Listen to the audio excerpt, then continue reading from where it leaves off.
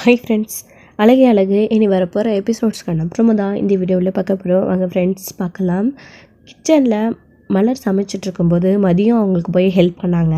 அப்போ அவங்க அத்தை போயிட்டு மதிக்கிட்ட நிறைய விஷயங்களை கேட்டு தெரிஞ்சிட்ருக்காங்க. உன் வயசு என்ன அப்படின்னு கேட்குறாங்க. ரொம்ப அதிர்ச்சி ஆகுறாங்க. என்ன அப்படி பார்க்குற, உன் வயசு என்னன்னு தானே கேட்டேன். இல்லை எதுவுமே எங்களுக்கு தெரியாது உன்னை பற்றி, திடீர்னு மாப்பிள்ளை கல்யாணம்னு சொன்னார், கல்யாணம் பண்ணி வச்சுட்டோம், அதான் உன் வயசு என்னன்னு தெரிஞ்சுக்கலான்னு கேட்டேன். இதுக்கு என்ன, சுரேஷை விட அதிகமாக ஆகும்னெல்லாம் நான் நினச்சி பார்க்கல, உன் வயசு என்னன்னு தெரிஞ்சுக்கணுன்றதுக்காக நான் கேட்டேன் அப்படின்னு சொன்னதும், ஓ அப்படியா அப்படின்னு சொல்லிட்டு, அப்போது அவங்களுடைய வயசு அப்போ தான் எனக்கு இப்போ தான் 24 ஆகுது அப்படின்னு சொல்கிறாங்க. ஓ வரவல்ல, சுரேஷோட கம்மி வயசு தான் அப்படின்னு மனசுக்குள்ளே நினச்சிக்கிறாங்க. சும்மா தான் கேட்டேன். சரி உன் தங்கச்சி என்ன படிச்சிட்ருக்காளா அப்படின்னு. ஆமாம் என் தங்கச்சி படிச்சிட்ருக்கா. அவளுக்கு என்ன வயசு ஆகுது அப்படின்லாம் கேட்டுட்ருக்காங்க. அவளுக்கு இப்போ தான் 19 ஆகுது அப்படின்னு சொல்லிட்டு இருக்காங்க. ஓ அப்படியா அப்படின்னு. நான் கூட நீங்கள் வயசு கேட்ட உடனே மதிக்கிட்ட ஏதாச்சும் ஏடாகுடமாக பேச போகிறீங்கன்னு நினச்சேன். பரவாயில்ல, எல்லாம் தெரிஞ்சுக்கிறதுக்காக கேட்குறீங்க அப்படின்னு. ஏன்டி உனக்கு கூடவா புரியல, திடப்புன்னு கல்யாணம் பண்ணியாச்சு, அவங்க யார், அவங்க சொந்தக்காரங்க, அவங்களுக்கு சொந்தக்காரங்க எத்தனை பேர் இருக்காங்க, என்ன இது, அவங்க அம்மா கூட பிறந்தவங்க, அவங்க அப்பா கூட பிறந்தவங்க, இதெல்லாம் கேட்டு தெரிஞ்சுக்க வேணாமா, அதான் கேட்டேன் அப்படின்னு சொல்லிட்டு இருக்காங்க. ஓ அப்படியா அப்படின்னு சொல்லிட்டு சுடுதண்ணி போட்டு கொடுக்குறாங்க. மலர் போட்டு கொடுத்ததுக்கப்புறமா அவங்களோட அத்தை எடுத்துகிட்டு வெளியே உட்காந்து அவருடைய பேசிகிட்டு இருக்காங்க அவருடைய அப்பா கிட்ட. ஸோ சரி மதி, நீ போ, பூண்டு உரிச்சு கொடுத்துட்டில்ல, அவ்வளோதான், 1 மணி ஆயிடுச்சு, நான் 2 மணிக்குள்ளே சமைக்கணும், எல்லா வேலையும் அவ்வளோதான், சமைச்சு முடிச்சிடுறேன் அப்படின்னு சொல்லிட்டாங்க. நீங்கள் இன்னும் 1 மணி நேரத்தில் எல்லாம் சமைச்சிடுவீங்களா, நானும் ஹெல்ப் பண்ணுறேன் அப்படின்னு. பரவாயில்லையே, வந்த ஒரே நாளில் கிச்சன்லலாம் ஹெல்ப் பண்ணுறதுக்கு மலருக்கு அவள் ஹெல்ப்ஃபுல்லாக இருக்காங்க அப்படின்னு அவங்கள பற்றி தான் பேசிகிட்டு இருக்காங்க. மலர் வேண்டாம் பரவாயில்ல இருக்கட்டும், நீங்கள் போய் ரெஸ்ட் எடுங்க, அவரும் இன்னும் கொஞ்சம் நேரத்தில் கிளம்பிடுவார், நான் பார்த்துக்கிறேன் அப்படின்னு சொல்கிறாங்க. ஓ அவங்க பேங்க் 2 மணி முடிஞ்சு வீட்டுக்கு வந்துடுவாங்களா அப்படின்னு சொல்லிட்டு இருக்காங்க. ஆமாம் அவர் உனக்கு மாமா வச்சு, நீ மாமானு கூப்பிடு அவர் அப்படின்னு. எப்படி திடீர்னு மாமானு கூப்பிட முடியும், நீங்கள் வா போன்னே கூப்பிட்டுக்கிறேன், அப்புறமா நான் பழகிக்கிறேன் அப்படின்னு சொல்கிறாங்க. சரி உன் இஷ்டம், இப்போ ரெஸ்ட் எடு, பார்த்துக்கிறேன் சமையல் அப்படின்னு சொல்லிட்டு இங்கே இவங்க மதியம் சமைச்சிட்ருக்காங்க. அவங்க உட்காந்து சுடு தண்ணி குளிச்சுட்டு பேசிகிட்டு இருக்கவும் மதி உள்ளே போகிறாங்க. உள்ளே போன மதிக்கிட்ட சுரேஷ் எப்படா மதி வருவாங்கன்னு உட்காந்துட்ருக்காங்க. மதி உள்ளே வந்த உடனே அவங்களே கதவை சாத்திட்டு வந்துடுறாங்களா. வந்த உடனே எந்திரிச்சு நின்றுக்கிறாரு சுரேஷ். மதி ஹேண்ட்பேக்கை கழட்டி வச்சுட்டு அவங்க பாட்டுக்கு நின்றுட்டுருக்காங்க. அப்போ தான், ஏய் உனக்கு எவ்வளோ திமிரு இருக்கும், நானும் உனக்காக தான் இவ்வளோ நேரம் வெயிட் பண்ணேன் உள்ளே வருவேன்னு சொல்லிட்டு, வந்த உடனே போய் கிச்சனில் நினைக்கிறேன், உனக்கு எவ்வளோ திமிரு இருக்கும், வண்டியில் ஏற மாட்டேன்ற, உன் பாட்டுக்கு ஆட்டோ பிடிச்சி வந்துட்டுருக்க, என்னை பின்னாடியே நடக்க வச்சுட்டு வர, உனக்கு எவ்வளோ திமிரு இருந்தால் என் மாமாவை பார்த்து அப்படி கேட்பேன், உனக்கு என்னடி அவ்வளோ வாய் கொழுப்பு, என் மாமாவை இது வரைக்கும் நாங்கள் யாருமே அப்படி பேசினது கிடையாது, எவ்வளோ மரியாதையாக பேசிகிட்டு இருக்கோம், ஒரு வீட்டுக்கு தலைவர், அதுவும் இந்த வீட்டோட மாப்பிள்ளை, அவரை பார்த்து நீ எப்படி பேசலாம், கொஞ்சம் கூட உனக்கு மேனஸ்ன்றதே இல்லையா, எதுக்கு நீ அவரை பார்த்து அப்படி பேசின, நீ ஒருத்தர் அட்வைஸ் பண்ணால் கேட்டுக்கணும் இல்லையா, இந்த காதல் வாங்கி இந்த காதல் விட்டுட்டு உன் பாட்டுக்கு நீ அமைதியாக போயிருந்துருக்கணும், அதை விட்டுட்டே நீ எப்படி என் மாமாவோ போயான்னு சொல்லலாம் அப்படின்னு சொல்லிட்டு ரொம்பவே கோவம் வருது சுரேஷ்க்கு. அப்போ தான் மதிக்கிட்ட, உன்னை தானே கேட்குற, வாயில் என்ன இப்போ கொழுக்கிட்ட வச்சுருக்கியா, பேசு அப்படின்னு சொன்ன உடனே, ஒரு ரவுடியை உன்னை எப்படி ட்ரீட் பண்ணணும், ஒரு ரவுடிக்கு இந்த அளவுக்கு மரியாதை கொடுத்தா போதுன்னு சொன்ன உடனே சுரேஷ்க்கு பயங்கரமாக கோவம் வந்துடுது. யாரை பார்த்து ரவுடின்னு சொல்கிற நீ, அவர் இந்த வீட்டோட மாப்பிள்ளை, என் மாமா, அவரை பார்த்து நீ எப்படி ரவுடின்னு சொல்லலாம், உன்னை 4 மிரட்டிட்டா அவர் ரவுடி ஆயிடுவாடா, அவரை ரவுடின்னு சொல்கிற அப்படின்னு. அவர் ரவுடி தான், கூடவே 4-5 ஆட்களை வச்சுக்கிட்டு அவர் ரவுடி மாதிரி தான் நடந்துட்டுருக்காரு. உங்கள் வீட்டு மாப்பிள்ளை உங்கள் மாமா மாதிரி நடந்துக்கிறாரா, இல்லை உங்கள் அக்காவுக்கு புருஷனாக நடக்கிறாரா, இல்லை அவர் பெரிய பதவியில் தான் கௌரவமாக இருக்காரா, ஆளுங்களை கூட வச்சுக்கிட்டு ரவுடித்தனம் தானே பண்ணிகிட்ருக்காங்க, அவங்கள ரவுடின்னு தானே கூப்பிட முடியும், பின்ன அவருக்கு அந்த அளவுக்கு மரியாதை போதும், உனக்கு மாமாவாக இருந்தால் அவருக்கு நான் பயப்பட வேண்டிய அவசியம் என்ன அப்படின்னு சொல்லிட்டு மதி கேட்கவும் சுரேஷ்க்கு பயங்கர கோவம் வந்துடுது. ஏய் அப்படின்னு சொல்லிட்டு கத்திடுறாரு. அவர் கத்துற சத்தம் எல்லாருக்குமே கேட்குது. என்ன சவுண்டு எகிற, கோவமாக பேசினா நீ சொன்னதெல்லாம் கேட்டுடணுமா, அதில் என்னால் கேட்க முடியாது அப்படின்னு மதி சொல்கிறாங்க. 2 பேருக்குள்ளேயும் பயங்கரமான வாக்குவாதம், சண்டை, அவ்வளோ வெளியில் கேட்குற அளவுக்கு சத்தம் போடுறாங்க. அவங்களுடைய அத்தை, மாமா, அதுக்கப்புறம் மலர் 3 பேருமே ஓடி போய் என்ன ஆச்சுன்னு கேட்குறாங்க. ஒன்றும் இல்லைம்மா, நீங்கள் போய் உங்கள் வேலையை பாருங்கள், நான் பார்த்துக்கிறேன் அப்படின்னு சொல்கிறாரு. சுரேஷ் என்ன பண்ணுறேன், மதி கதவை தர. சுரேஷ் கதவை தர. எதுக்கு கத்துறப்போ என்ன 2 பேரும் என்ன பேசிகிட்டு இருக்கீங்க, கதவை தரங்க அப்படின்னு சொல்கிறாங்க. என்னங்க என்னங்க இவன் சுரேஷ் இந்த அளவுக்கு கோவப்படுறான், 2 பேரும் அவளும் கூட கூட பேசுகிறா போல இருக்குது, ஏதோ சண்டை போல இருக்குது, கதவையும் திறக்க மாட்டேன்றாங்க அப்படின்னு ரொம்ப பயந்துகிட்டே இருக்காங்க. மலருக்கு ரொம்ப பயமாக இருக்குது. அவரோட ஹஸ்பண்ட்க்கு கால் பண்ணுறாங்க. எங்கே இருக்கீங்க அப்படின்னு. இதோ வீட்டுக்கிட்ட வந்துட்டேன் மலரே, ஏன் ஏதாச்சும் வேணுமா அப்படின்னு. கொஞ்சம் சீக்கிரம் வீட்டுக்கு வாங்க, வீட்டில் கொஞ்சம் பிரச்சனை அப்படின்னு சொன்னதும், பிரச்சனையா இதோ வந்துட்ட வை அப்படின்னு சொல்லிட்டு ஃபோனை கட் பண்ணிவிட்டு வீட்டுக்கிட்ட வந்துட்டு வண்டியை நிறுத்திட்டு உள்ளே வராரு. என்னாச்சு மலரு, ஏன் என்னாச்சு அப்படின்னு கேட்கவும், தெரியலங்க, மதியோடைய அப்பாவை பார்க்க 2 பேரும் வெளியில் போயிட்டு வந்தாங்க, ஹாஸ்பிட்டல் போயிட்டு வந்தது சுரேஷ் ஒரு மாதிரியாக இருந்தான். மதி என்கிட்ட பேசிட்டு இருந்துச்சு. கொஞ்ச நேரம் கழிச்சு ரூமுக்குள்ளே போனோட விட என்னென்னு தெரியல, சுரேஷ் கோமா கத்துறான், 2 பேரும் பேசிக்கிறாங்க, சண்டை போடுறாங்க, கதவு திறக்க சொன்னால் திறக்க மாட்டேன்றாங்க. சுரேஷ் கிட்ட நீங்கள் சொல்லுங்கள், உங்கள் தம்பியை கொஞ்சம் கதவை திறக்க சொல்லுங்கள், அந்த பொண்ணுக்கிட்ட ஏதாச்சும் கோவப்பட்டு சண்டை போட போகிறான், இவன் கொஞ்சம் பொறுமையாக இருக்கணும்ல அப்படின்னு சொல்லிட்டு இங்கே மலர் சொல்லவும், பயமாக இருக்குடா டே பாக்கியராஜ் அப்படின்னு சொல்கிறாங்க அவங்களுடைய அம்மா. ஒன்றும் இல்லை சுரேஷ் கதவை தரடா, அண்ணன் வந்திருக்கு அப்படின்னு சொல்கிறாங்க. இங்கே பாரு, போனால் போகட்டும், நீ என் மாமா கல்யாணம் பண்ணிக்க சொன்னதுனால தான் உன்னை நான் கல்யாணம் பண்ணிக்கிட்டேன், தேவையில்லாமல் பேசிகிட்டு இருக்காது. எப்படிப்பட்ட என் மாமாவை மரியாதை இல்லாத பேசுகிறேன், ஏன் அப்படி பேசுகிறேன்னு கேட்டால் என்கிட்டே திமிராக பேசுகிற. இங்கே பார், நீ உன் வீட்டுக்குள்ளே எப்படி இருந்தே எனக்கு தெரியாது, இதுக்கு முன்னாடி நீ திமிராக இருந்துக்கோ, எப்படி வேணாலும் இருந்துக்கோ, ஆனால் இனிமேல் இந்த வீட்டுக்கு ஏற்ற பொண்ணா நீ அமைதியாக இருக்கணும். நான் ஒன்றும் பொண்டாட்டி ஏற்றுக்க கிடையாது, ஆனால் இந்த வீட்டில் இருக்கிறவங்களுக்கு தகுந்த மாதிரி நீ பேச கற்றுக்கணும். என் அப்பா அம்மா மரியாதை இல்லாமல் பேசுகிறது, இங்கேருந்து நான் எல்லாத்தையும் என் இஷ்டப்படி தான் செய்வேன், உன் இஷ்டத்துக்கெல்லாம் செஞ்சிட்ருக்கிறது, இந்த மாதிரி ஏதாச்சும் செஞ்சுட்டு இருந்தான்னு வச்சுக்கோ, அவ்வளோதான் உனக்கு அப்படின்னு சொல்லிட்டு சுரேஷ் மிரட்டிட்டு இருக்காரு. என்ன பண்ணுவேன், அதெல்லாம் என்னுடைய ப்ரைவசி, நீ கேட்க முடியாது, நான் என் இஷ்டப்படி தான் இருப்பேன், நீ யார் என்ன கேட்க அப்படின்னு சொல்லிட்டு இருக்காங்க. என்னடி திமிரா, உனக்கு உன் கழுத்தில் நான் தாலி கட்டிருக்கேன், நீயும் நானும் புருஷன் பொண்டாட்டின்னு நாம் 2 பேரும் ஏற்றுக்கலனா கூட அந்த தாலி ஒன்று இருக்குது, நீ தேவையில்லாமல் இப்படியெல்லாம் பேசிகிட்டு இருக்காத, என் வீட்டுக்குள்ளே வந்து உட்காந்துக்கிட்டு என்னையே கேள்வி கேட்டுட்டு நீ யாருன்னு கேட்டு என்னையும் அதிகாரம் பண்ணுறியா அப்படின்னு சொல்லிட்டு சுரேஷ் கேட்டுட்டு இருக்கவும், மதிக்கும் சுரேஷ்க்கும் பயங்கரமாக கோவம் வருது. 2 பேருக்கும் பயங்கரமாக சண்டையே வந்துட்டே இருக்கு. வேண்டாம், அடிக்கக்கூடாதுன்னு பார்க்குறேன், இல்லைன்னு வச்சுக்கோ அப்படின்னு சொல்கிறாங்க.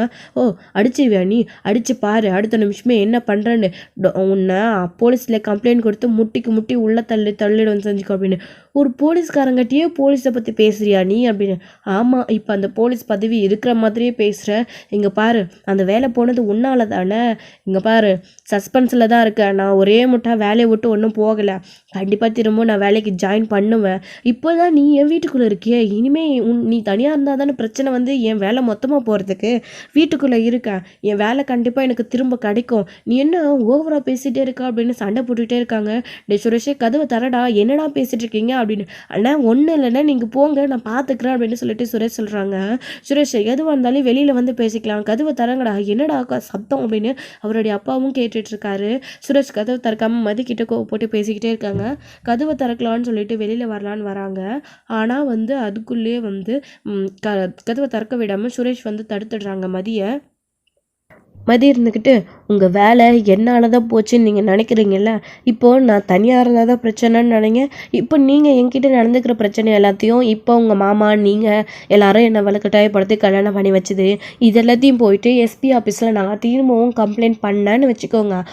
கல்யாணம் பண்ணிட்டு போய் ஒரு பொண்ணை டார்ச்சர் பண்ணுறான் கல்யாணத்துக்கு முன்னாடி, ஸோ கல்யாணம் ஆகாததுக்கு முன்னே ஸோ என்னை வெளியிலலாம் டார்ச்சர் பண்ண மிரட்டிட்டு இருந்தேன், இப்போது கல்யாணத்துக்கு அப்புறம் கல்யாணம் பண்ணிட்டு போய் என்ன டார்ச்சர் பண்ணுறேன்னு கம்ப்ளைண்ட் கொடுத்தேன், உன் வேலை மொத்தமாக போயிடும் அப்படின்னு சொல்லுவோம். ஓ, நீ அது செய்வியா, உனக்கு அவ்வளோ திமிரு இருக்கா, அது எல்லாத்தையும் நீ செய்வியா, இங்கே பார் மரியாதை கெட்டுடும், வாயை மூடிட்டு போகிறத தின்னுட்டு அமைதியாக இருக்கிற வேலையை பாரு, ஏதாச்சும் இங்கே எல்லாரையும் அதட்டி பேசிக்கிட்டு உன் இஷ்டத்துக்கு எல்லாத்தையும் பண்ணிகிட்டு இருந்தேன், அவ்வளோதான், வீட்டை விட்டு வெளியில் போயிட்டேன்னா காலை வெட்டிடுவேன் அப்படின்னலாம் வந்து சுரேஷ் பயங்கரமாக கோவப்பட்டு மதிக்கிட்ட சண்டை போட்டுட்ருக்காங்க. சுரேஷ் அடிக்கவே கை வாங்கிடுறாரு. அதுக்கப்புறமா வந்து இங்கே எல்லாரும் கூப்பிட்டுட்டே இருக்கவா சே அப்படின்னு சொல்லிட்டு அமைதியாக வந்து கதவை திறந்துடுறாங்க சுரேஷ். அப்போ தான் எல்லாருமே உள்ளே போயிட்டு என்னாச்சுன்னு சொல்லிட்டு மாற்றி கேட்குறாங்க. சுரேஷ் வெளியில் வந்துடுறாரு. என்னடா சுரேஷ், என்னடா என்னாச்சுமா, எதுக்கு இப்படி கோவப்பட்டு 2 பேரும் சண்டை போட்டுருந்தீங்க, ஏண்டி அவன் தான் ஏதோ கோவப்பட்டு பேசுகிறான்னா நீயும் அமைதியாக இருக்க வேண்டியது தானே, நீயும் ஏதோ கூட பேசிட்டு இருந்தா எல்லாம் எங்களுக்கு காது கேடுச்சு அப்படின்னு அவங்களுடைய அத்தையும் கேட்டுட்டு இருக்கவும், அத்தை நீங்கள் அமைதியாக இருங்க, மதி உனக்கு ஒன்றும் இல்லைல்ல, சுரேஷ் எதுக்கிட்ட அப்படி கோவப்பட்டேன், மதி நீ வா அப்படின்னு சொல்லிட்டு கூப்பிட்டுட்டு போயிடுறாங்க. பாக்கியராஜ் இருந்துக்கிட்டு என்னடா ஆச்சு சுரேஷ், ஏன்டா அப்படி பேசிகிட்டு இருக்க அப்படின்னு. மா அண்ணா நீங்கள் அமைதியாக இருங்க, அவள் என்ன பண்ணான்னு உங்களுக்கு தெரியாது, என்ன பண்ணா தெரியுமா அப்படின்னு சொல்லிட்டு சுரேஷ் கேட்டுட்ருக்கவும், நீ சொன்னால் தானே நான் தெரியும் அப்படின்னு கேட்டுட்ருக்கவும், ஹாஸ்பிட்டலுக்கு கூட்டிகிட்டு போனால் திமுறா போகிற வழியிலே பாதியிலே இறங்கி ஆட்டோ பிடிச்சி போயிட்டா. என்னமோ நான் தான் அவளை கூட்டிகிட்டு போகாத மாதிரி திரும்பவும் வீட்டுக்கு வரும்போது தனியாக அவப்பாட்டுக்கு ஆட்டோ புக் பண்ணி வந்துட்டுருக்கா. வீட்டுக்கு வந்து பேசலான்னு சொன்னால் அதுக்கு முன்னாடியும் ஹாஸ்பிட்டலில் போயிட்டு மாமா ஏமா அப்படி வண்டியிலேருந்து இறங்கி வந்தேன்னு கேட்டுட்ருக்காரு. அவர் பேசுகிறத கொஞ்சம் கூட மதிக்காமல் திம்ரா அவர்கிட்டயே பேசுகிறா. அது மட்டும் இல்லாமல் மாமாவை பார்த்து என்ன கேட்டால் தெரியுமா அவ அப்படின்னு சொல்லிட்டு இங்கே சுரேஷ் கேட்கவும், என்னடா என்னாச்சு மாப்பிள்ளை கிட்டியா மாப்பிள்ளையை பற்றி என்ன சொன்னா அவ அப்படின்னு கேட்கவும், மாப்பிள்ளையை பார்த்து போயான்னு சொல்லிட்டு வரா, அவளுக்கு எவ்வளோ வாய்க்கொழுப்பு இருக்கும், அதுதான் என்னன்னு கேட்டுருந்தா என்கிட்ட திமிரா பேசுனா, அதான் அவகிட்ட பேசினேன், வேற என்ன நான் பண்ணிட்டேன் அப்படின்னு கேட்குறாங்க. என்னது நம்ம வீட்டு பாப்பிளையை பார்த்து அப்படிப்பட்ட ஒரு கேள்வி கேட்டாளா அப்படின்னு சொல்லிட்டு அவங்களோட அத்தையும் அவங்களுடைய மாமாவும் ரொம்பவே அதிர்ச்சியாகி கோவப்படுறாங்க. மதி ஏன் இப்படி பேசலான்னு சொல்லிட்டு பாக்யராஜுக்கு ஒரு மாதிரி அப்படியே ஆயிடுது.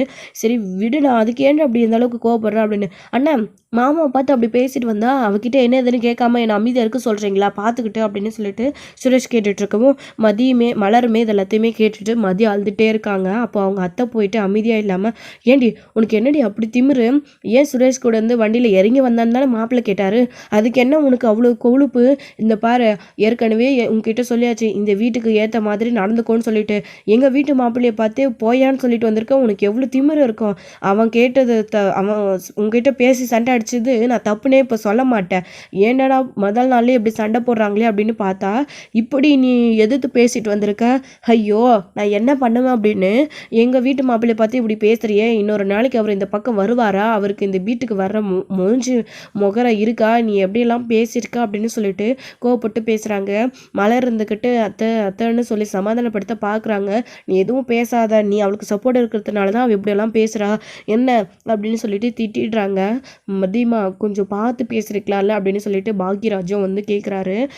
மதி வந்து அழுதுகிட்டே அமைதியாக இருக்காங்க. விடுங்க சரி அப்படின்னு சொல்லிட்டு மாப்பிள்ளையை பார்த்து அப்படி பேசிட்டு வந்திருக்கா. மாப்பிள்ளை நம்மளெல்லாம் பற்றி என்ன நினைப்பாரு, யாராச்சும் அவர் தரையுறவா இவ்வளோ நாள் வரைக்கும் பேசியிருக்கோமா, இவ ஏன் அப்படி பேசணும் அப்படின்னு சொல்லிட்டு இங்கே அவருடைய அப்பாவும் கேட்டுட்டு இருக்காங்க. முதல்ல அவங்க அத்தை அப்படி பேசினாங்க, அதுக்கப்புறம் வந்து ரொம்ப அழுக ஆரம்பிச்சிடுறாங்க. அவங்களுமே இப்படி 2 பேருக்கும் பிடிக்காத ஒருத்தர் கல்யாணத்தை பண்ணி வச்சுட்டு கல்யாணம் ஆன முதல் நாள்லேயே இப்படி 2 பேரும் அடிச்சுட்டு சண்டை போட்டுட்டு இருக்காங்களே, நான் என்ன பண்ணுவேன், மாப்பிள்ளை கிட்ட பொறுமையாக அப்பயே சொன்னோம் வேண்டான்னு, அவர் கேட்கலையே, இப்போ நான் என்ன பண்ணுவேன் அப்படின்னு அழுகிறாங்க. ஸோ வந்து நடந்த விஷயங்கள உடனே ஃபோன் பண்ணி அவங்க மாப்பிள்ளைக்கு சொல்லிடுறாங்க. பாக்யராஜ் வேண்டான்னு சொல்கிறாங்க, அப்பயும் ஃபோன் பண்ணி சொல்லிடுறாங்க. அழுதுகிட்டே மாப்பிள்ளை என்ன மாப்பிள்ளை எதோ ஒன்று பேசிட்டாலாம், சுரேஷ் வந்து இங்கே கோவப்பட்டு பேசிகிட்டு இருக்கான், 2 பேரும் வீடாகவே இல்லாமல் வீட்டை 2ஆக்கி சண்டை போட்டுட்ருக்காங்க மாப்பிள்ளை அப்படின்னால அழுகவும், அத்தை என்ன அத்தை ஏன் இந்த சுரேஷ் இப்படி பண்ணுறான், நான் வர வைங்க அப்படின்னு சொல்லிட்டு ஃபோனை கட் பண்ணிவிட்டு தங்கராஜ் அவங்க உடனே ரேவதியும் சேர்ந்து வீட்டுக்கு வராங்க. வந்த உடனே அம்மா என்ன ஆச்சுமா அப்படின்னு, அதை போய் அங்கே கேள்வி அப்படின்னு, அண்ணி என்னாச்சு அப்படின்னு சொல்லிட்டு இங்கே மலர்கிட்ட வந்து கேட்கவும் நடந்த விஷயங்களை மலர் சொல்லிட்டு இருக்காங்க. அதை கேட்டுட்டு அவங்களுக்குமே என்ன பேசுறதுன்னு தெரியல. சரி விடுங்க, ஏதோ கல்யாணம் ஆகி புதுசாக வீட்டுக்கு வந்த பொண்ணு ஏதோ தெரியாமல் பேசிட்டா, அவளுக்கு இனி இப்படி பேசாதன்னு சொன்னால் புரிஞ்சுக்க போகிறா, அதுக்கு ஏன் கோவப்பட்டு பேசுகிற சுரேஷ் அப்படின்னு சொல்கிறாங்க. தங்கராஜுமே நடந்த விஷயத்தெல்லாம் கேள்விப்பட்டுட்டு அங்கே வந்து சுரேஷ் கிட்ட, ஏன்னா சுரேஷ் இப்படி பண்ணுற, உன்னை ஏதாச்சும் நான் போய் பேச சொன்னேன்னா எதுக்குடா அப்படி பேசினேன், மாமா மேலே மாதிரி இருக்கிற மரியாதையில் நீங்கள் எல்லாரும் என்கிட்ட பக்குவமாக நடந்துக்கலாம், ஆனால் புதுசாக வீட்டுக்கு வந்திருக்கிற பொண்ணுக்கு அப்படி நடக்கணும்னு என்னடா அவசியம், இங்கே பாரு ஏதோ தெரிஞ்சு தெரியாமல் அந்த பொண்ணு பண்ணிடுச்சு, ரேவதி சொன்ன மாதிரி சொன்னால் புரிஞ்சுக்க போகுது, அதுக்கு ஏன் அப்படி கோவப்பட்டு பேசுகிறீங்க, 2 பேரும் சண்டை அடிக்கிறீங்க, இப்போ பார்த்தியா அத்தை நான் என்னமோ உங்களுக்கு 2 பேருக்கும் பிடிக்காத கல்யாணத்தை பண்ணி வச்சுட்டு நீங்கள் அப்படி சண்டை போடுற மாதிரி என்ன தப்பாக நினைக்கிறாங்க, அப்போ நான் உனக்கு பிடிக்காத வாழ்க்கை அமைச்சு வச்சுட்டா சுரேஷ் அப்படின்னு கேட்குறாங்க. மாமா அப்படிலாம் இல்லை மாமா அப்படின்னு, அப்போது நீ எதுக்கிட்ட சண்டை போடுறேன், போக போக எல்லாம் சரியாக போயிடுன்னு உனக்கு சொல்லி தான் அனுப்பிச்சா அப்படின்னு சொல்கிறாங்க. வீடே 2ஆக்கிட்டு பயங்கரமான சண்டையில் வந்து போயிட்டுருக்கு. இனி சுரேஷ் இந்த மாதிரி நடந்துக்க மாட்டா அத்தை, நான் அவனை கூட்டிகிட்டு போய் பேசுகிறான் அப்படின்னு சுரேஷை கூட்டிட்டு அவர் அங்கேருந்து கிளம்பி போயிடுறாரு. பாத்தியாடி இவ எப்படியெல்லாம் பேசுகிறான்னு சொல்லிட்டு, அம்மா விடேம்மா அதான் அவர் சுரேஷ் கிட்ட பேசுகிறான்னு சொல்கிறாருல்ல, இதுக்கப்புறம் இந்த பிரச்சனை வராது, நாங்களும் மதிக்கிட்ட பேசுகிறோம் அப்படின்னு சொல்லிடுறாங்க. இதோட இந்த எபிசோட் வந்து முடிச்சிருக்காங்க. அடுத்தடுத்த எபிசோடில் என்ன நடக்க போகுதுன்றதை வெயிட் பண்ணி நெக்ஸ்ட் வீடியோவில் பார்க்கலாம். தேங்க்யூ.